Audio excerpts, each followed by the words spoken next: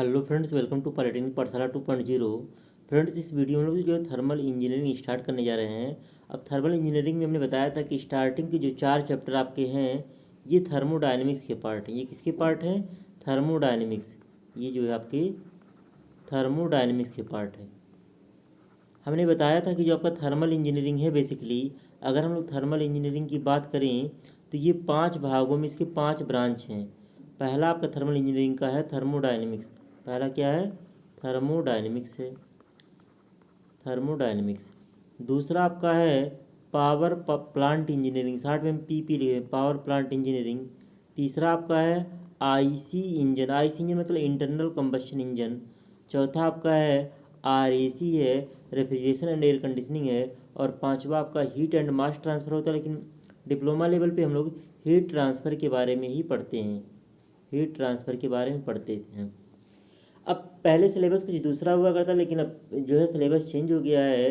पहले हम लोग आरएसी को एज ए चैप्टर पढ़ते थे, अब थर्मल इंजीनियरिंग से बाहर हो गया है।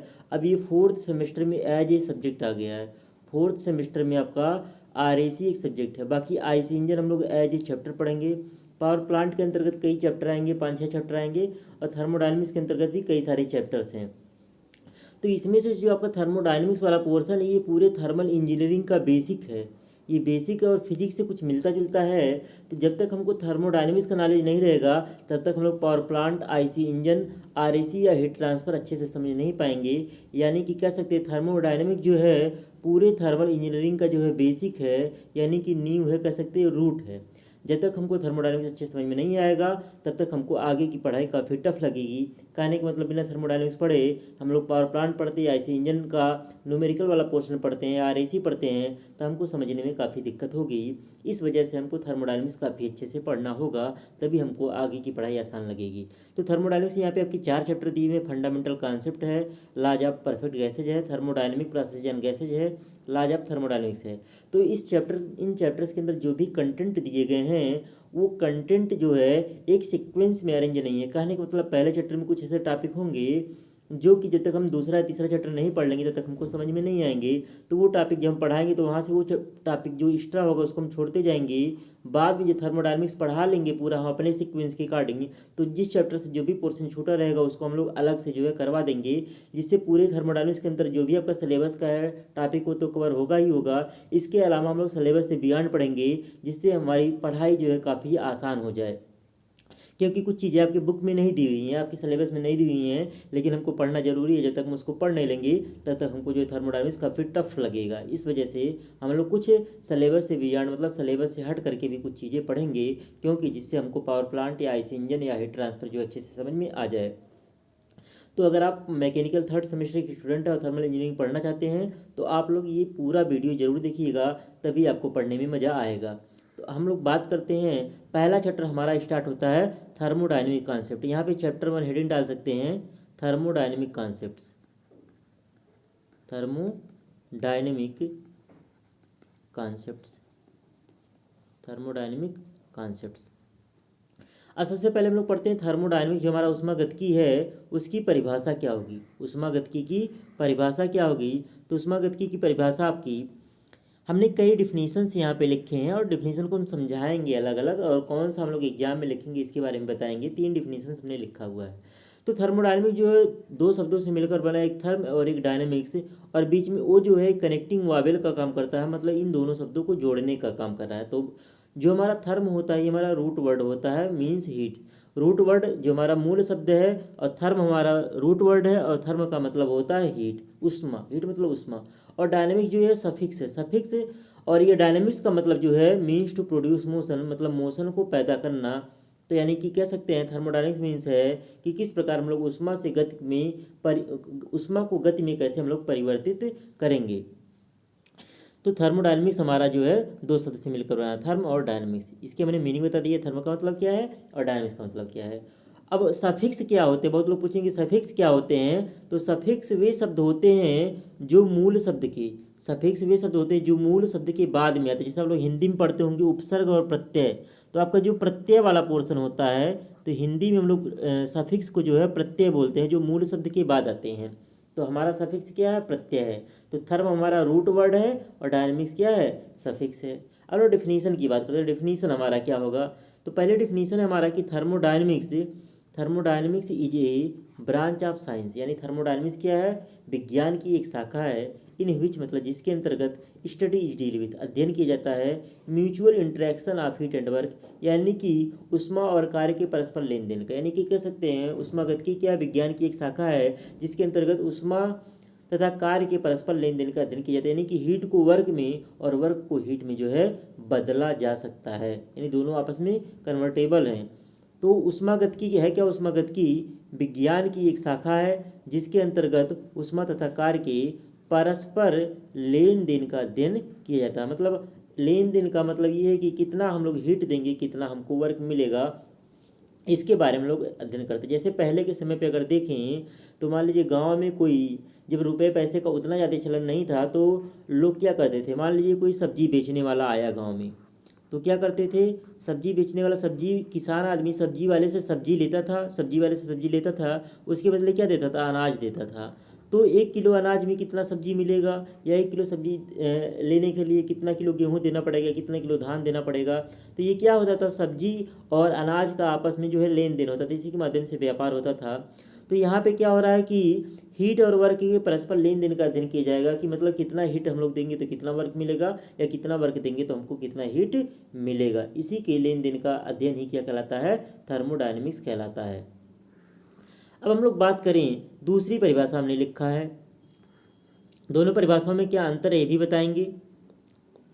दूसरी परिभाषा क्या है कि thermodynamics is a branch of science, मतलब उष्मागतिकी क्या विज्ञान की एक शाखा इनमें जिसके अंतर्गत स्टडी डील विद अध्ययन किया जाता है एनर्जी इंटरेक्शन, मतलब ऊर्जा के आदान प्रदान का between systems or system and surrounding, यानी कि थर्मोडायनेमिक्स उष्मागतिकी है कि उष्मागतिकी विज्ञान की एक शाखा है जिसके अंतर्गत ऊर्जा के मतलब दो निकायों के बीच में या निकाय और वातावरण के बीच में ऊर्जा के परस्पर लेन देन का अध्ययन किया जाता है। इसका मतलब क्या है, सपोज कीजिए ये कोई सिस्टम है, अभी ये पढ़े नहीं थर्मोडायनेमिक सिस्टम, आगे पढ़ेंगे। ये मान लीजिए थर्मोडायनेमिक सिस्टम है, ये मान लीजिए कोई कमरा हमने लिया, कोई रूम लिया, इसको थर्मोडायनेमिक सिस्टम मान लिया। अब मान लीजिए कमरे के अंदर आग लग जाए तो कमरे के आसपास का जो थोड़ा बहुत एरिया होगा वहाँ पे टेम्परेचर क्या होगा, थोड़ा सा बढ़ जाएगा कमरे के आर पार, यानी कि यहाँ पे हो क्या रहा है, कमरे से जो हमने थर्मोडायनेमिक सिस्टम माना है उसके बाहर क्या हो रहा है, उष्मा का आदान प्रदान हो रहा है। जैसे सपोज कीजिए कुकर है, कुकर में हम लोग क्या कर रहे हैं, कुकर में हम लोग जो है खाना बना रहे हैं। कुकर ऐसे आपको कुछ होता है, कुकर में लोग खाना पका रहे हैं। अब क्या होता है, मान लीजिए यहाँ पे हम लोग बर्नर से यहाँ पे हम लोग मान लीजिए आग जलाते हैं, गैस जलाते हैं, तो हीट क्या होता है, बाहर से सिस्टम के अंदर आ रहा है। तो यानी क्या हो रहा है, यहाँ पे क्या हो रहा है, सिस्टम और सराउंडिंग, कुकर के बाहर का स्थान क्या कहलाएगा, सराउंडिंग वातावरण कहलाएगा। आगे हम लोग थर्मोडायनेमिक सिस्टम पढ़ेंगे तो ये चीज़ें अच्छे से और अच्छे समझ में आ जाएंगी। भी बस समझिए, कुकर को हमने थर्मोडायनेमिक सिस्टम मान लेते हैं, इसके बाहर क्या होगा, सराउंडिंग होगा। तो यहाँ पे क्या हो रहा है, सराउंडिंग से हीट जो है आपका कुकर के अंदर जा रहा है, यानी कि क्या हो रहा है, यहाँ पे सिस्टम और सराउंडिंग के बीच, यहाँ पे ये थर्मोडायनेमिक सिस्टम हो गया, थर्मोडायनेमिक सिस्टम और सराउंडिंग के बीच में क्या हो रहा है, उष्मा का आदान प्रदान यहाँ पे हो रहा है। ऐसी आग लगने पे उष्मा बाहर जा रही थी, यहाँ पे भी सिस्टम और सराउंडिंग के बीच क्या हो रहा है, उष्मा का आदान प्रदान हो रहा है। तो उष्मा क्या है, एक प्रकार की एनर्जी, यानी एनर्जी का आदान प्रदान हो रहा है। ऐसे ही दो कमरा मान लीजिए, एक को थर्मोडायनेमिक सिस्टम 1 मान सकते हैं और दूसरे को थर्मोडायनेमिक सिस्टम 2 मान सकते हैं। अब अगर एक कमरे में आग लीजिए तो क्या होगा, एक कमरे से दूसरे कमरे में हीट का ट्रांसफ़र होगा। तो यहाँ पे भी क्या हो रहा है, दो सिस्टम के बीच में आपस में क्या हो रहा है, हीट का ट्रांसफ़र हो रहा है। तो थर्मोडायनेमिक्स होता क्या, बेसिकली ये क्या है, विज्ञान की एक शाखा जिसके अंतर्गत दो निकायों के बीच में या दो सिस्टम के बीच में या निकाय तथा वातावरण के बीच में जो है ऊर्जा का आदान प्रदान होता है। तो यहाँ पे ऊर्जा वर्ड आ गया, वहाँ पे क्या था, हीट और वर्क था, तो ऊर्जा में बहुत सारी ऊर्जाएँ आ जाएंगी। तो यानी कि पहली वाली जो परिभाषा थी आपकी, जिसमें आपका हीट और वर्क के बीच में, पहले वाली परिभाषा में क्या हो रहा था, हीट और वर्क के बीच में जो है आपका मतलब लेन देन हो रहा था। लेकिन यहाँ पे एनर्जी इंट्रैक्शन है, तो यहाँ पे और बहुत सारी एनर्जी आ जाएंगी जिसके बीच में ऊर्जा का आदान प्रदान होगा। यानी दूसरी वाली परिभाषा जो उसका दायरा थोड़ा सा बढ़ गया, मतलब उसका दायरा, पहली वाली परिभाषा हीट और वर्क के बीच में सीमित थी, मतलब दो टाइप की एनर्जी में, लेकिन दूसरी वाली परिभाषा में दायरा बढ़ गया, एनर्जी इंट्रैक्शन की बात करा, मतलब बहुत सारी एनर्जी का आदान प्रदान जो होगा वो भी थर्मोडायनेमिक सिस्टम के अंतर्गत आएगा। तो दूसरी वाली परिभाषा में दायरा थोड़ा सा बढ़ गया, यानी परिभाषा थोड़ी सी उसकी तुलना में और मॉडर्न हो गई और इसका दायरा थोड़ा बढ़ गया। तो एग्जाम में अगर लिखना होगा तो दूसरी वाली परिभाषा हम लोग लिख सकते हैं थर्मोडायनेमिक्स की, अगर कोई पूछे तो। ऊष्मागतिकी है क्या? ऊष्मागतिकी विज्ञान की एक शाखा है जिसके अंतर्गत दो निकायों या निकाय तथा वातावरण के बीच ऊर्जा के आदान प्रदान का अध्ययन किया जाता है। अब एक तीसरी परिभाषा हमने लिखा है, ये कंपटीशन के पॉइंट ऑफ व्यू से इंपॉर्टेंट, कंपटीशन के पॉइंट ऑफ व्यू से डिफिनीशन इंपॉर्टेंट है। डिफिनीशन है क्या? थर्मोडायनेमिक्स है excellently defined as science of 3 E's। मतलब थर्मोडायनेमिक्स है क्या? एक्चुअली में साइंस 3 E का विज्ञान है। पहला ई क्या है? इक्विलिब्रियम से रिलेटेड है।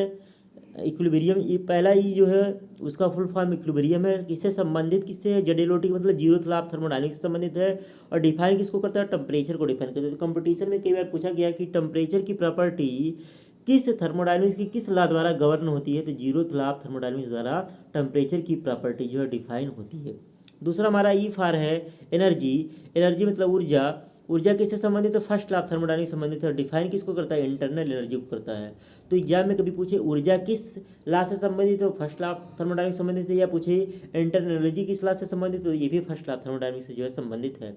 तीसरा ये एंट्रापी। एंट्रापी जो संबंधित है सेकंड लॉ ऑफ थर्मोडायनेमिक्स से है और डिफाइन करता है, एंट्रापी को ही डिफाइन करता है। तो ये सारे इससे ऑब्जेक्टिव टाइप के क्वेश्चन बनते हैं, काफ़ी इंपॉर्टेंट। एक और आ गया थर्ड लॉ ऑफ थर्मोडायनेमिक्स से डिफाइन करता है एब्सोल्यूट जीरो ऑफ एंट्रापी।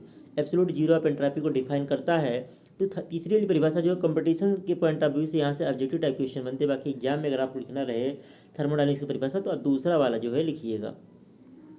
अब लोग बात करते हैं एप्लीकेशन ऑफ थर्मोडायनेमिक्स। थर्मोडायनेमिक्स का उपयोगिता क्या है? इसकी उपयोगिता क्या है? तो अगर हम लोग बात करें कि थर्मोडायनेमिक्स के नियमों तथा सिद्धांतों का उपयोग एनर्जी टेक्नोलॉजी के क्षेत्र में किया जाता है। एनर्जी टेक्नोलॉजी का मतलब होता है ऊर्जा तकनीक के क्षेत्र में करते हैं। अब एनर्जी टेक्नोलॉजी मतलब है क्या? इसके अंतर्गत आपकी वर्क प्रोड्यूसिंग डिवाइस से जाएंगे और केमिकल प्रोसेस से जाएगा और वर्क कंज्यूमिंग डिवाइस से जाएगा। अब केमिकल प्रोसेस जो होता है ये केमिकल इंजीनियरिंग वाले पढ़ते हैं। केमिकल इंजीनियरिंग वाले भी थर्मोडायनेमिक्स सब्जेक्ट पढ़ते हैं, तो उनका पढ़ने का नज़रिया कुछ और होता है। तो वो केमिकल प्रोसेस वगैरह के बारे में पढ़ते हैं। स्पेशली हम लोग वर्क प्रोड्यूसिंग डिवाइसेज के बारे में पढ़ते हैं और वर्क कंज्यूमिंग डिवाइसेज के बारे में पढ़ते हैं। वर्क प्रोड्यूसिंग डिवाइसेज को हम लोग +W डिवाइसेज भी कहते हैं और वर्क कंज्यूमिंग डिवाइसेज को -नेगेटिव डिवाइसेज या -W डिवाइसेज भी कहते हैं। अब एग्जाम्पल की अगर हम लोग बात करें वर्क प्रोड्यूसिंग डिवाइसेज की, अगर इसके एग्जाम्पल की बात करें तो इसका एग्जाम्पल हो गया हीट इंजन और फ्यूल सेल। और इसकी एग्जाम्पल की हम लोग बात करें तो fan, blower, compressor, refrigeration system और एयर कंडीशनिंग सिस्टम, ये इसके एग्जाम्पल हो गए। तो यहाँ पे हीट इंजन क्या देता है? वर्क देता है। वर्क देता है, हम लोग उसको हीट देते हैं, वो हमें क्या देता है? वर्क देता है। हम लोग केमिकल एनर्जी देते हैं। मान लीजिए कोई आईसी इंजन है, कोई इंजन है ऐसे आईसी इंजन है मान लीजिए, इस प्रकार का कुछ होता है। आप एक चैप्टर ही पढ़ेंगे। तो ये मान लीजिए कोई आईसी इंजन है, तो इसको हम लोग क्या देते हैं? इसको हम लोग देते हैं फ्यूल। इसको हम लोग क्या देते हैं? फ्यूल देते हैं। फ्यूल क्या होता है? सिलेंडर के अंदर बर्न होता है जिससे हमको हीट मिलता है और हीट ही जो है यहाँ पे क्रैंक पे जो है मैकेनिकल वर्क के रूप में मिलता है। तो ये क्या है? हमको वर्क देता है। फ्यूल सेल भी क्या देता है? इलेक्ट्रिकल एनर्जी देता है। इलेक्ट्रिकल एनर्जी से हम लोग वर्क प्राप्त कर सकते हैं। अब फैन, ब्लोअर, कंप्रेसर क्या है? यहाँ पे देखते हैं मोटर लगा हुआ था। मोटर को हम लोग क्या देते हैं? इलेक्ट्रिकल एनर्जी देते हैं और इलेक्ट्रिकल एनर्जी किस में कन्वर्ट होता है? मैकेनिकल एनर्जी में कन्वर्ट होता है। तो मैकेनिकल एनर्जी या कह सकते हैं, या मोटर घूमता है। मोटर को मतलब देंगे इलेक्ट्रिकल एनर्जी, क्या करेगा? मोटर घूमेगा।